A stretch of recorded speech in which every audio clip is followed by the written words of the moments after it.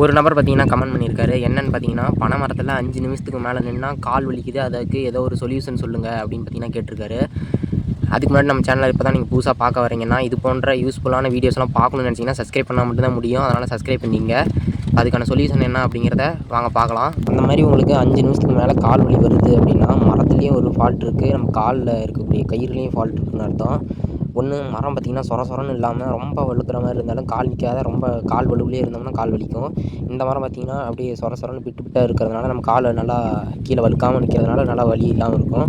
அதேமாதிரி கவுத்தில் ஏதாவது வார் இதை மடங்கி நம்ம காலில் குத்துற மாதிரி இருந்தாலும் நமக்கு ரொம்ப வலி எடுக்கும். அந்த மாதிரி சமயத்தில் பார்த்திங்கன்னா அதாவது மரம் இப்போ ஏற போகிறோம் அப்படின்னா அந்த மரம் ஏறுறதுக்கு முன்னாடி வீட்டில் கத்தி தீட்டிட்டு கையில் தண்ணி காலில் தண்ணியெல்லாம் கழுவிக்கிட்டு வந்து மரம் ஏறதுனால கால் வலிக்காது. எடுத்தோடனே தண்ணி எதுவுமே இல்லாமல் நம்ம மரத்தில் ஏறணும்னா கால் வழுக்கும், கால் எரியும், அந்த மாதிரி வலியெலாம் ஏற்படும். அதனால் காலில் தண்ணி போட்டுட்டு ஏறணும். அதேமாதிரி மரம் அந்த இடம் ரொம்ப வழுக்கிற நிலமையில் இருந்தாலும் அந்த இடத்துல கொம்பு கட்டிக்கலாம். நம்ம மேக்ஸிமம் எந்த மரத்துலேயும் கொம்பு கட்ட மாட்டோம். உங்களுக்கும் இதேமாதிரி ஏதாவது டவுட்ஸ் இருந்துச்சுன்னா வீடியோவில் கேளுங்கள். நம்ம வீடியோ மேக் பண்ணி போடுவோம். மறக்காமல் சப்ஸ்கிரைப் பண்ணிங்க.